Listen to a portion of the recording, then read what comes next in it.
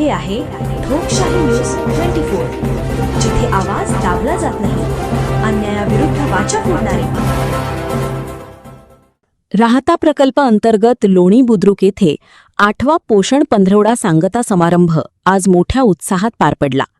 महिला आणि बालकांचे आरोग्य तसेच पोषणाबाबत जनजागृती करण्याच्या उद्देशाने आयोजित करण्यात आलेला हा कार्यक्रम यशस्वीरित्या संपन्न झाला.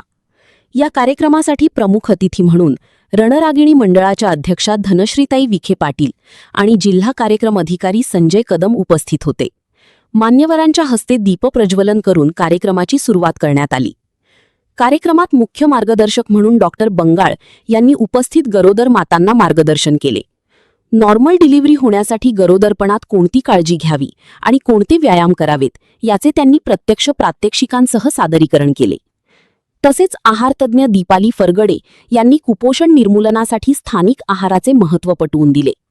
सध्याच्या डिजिटल युगात लहान मुलांमधील वाढता स्क्रीन टाईम कसा कमी करावा यावर त्यांनी पालकांना मोलाचा सल्ला दिला.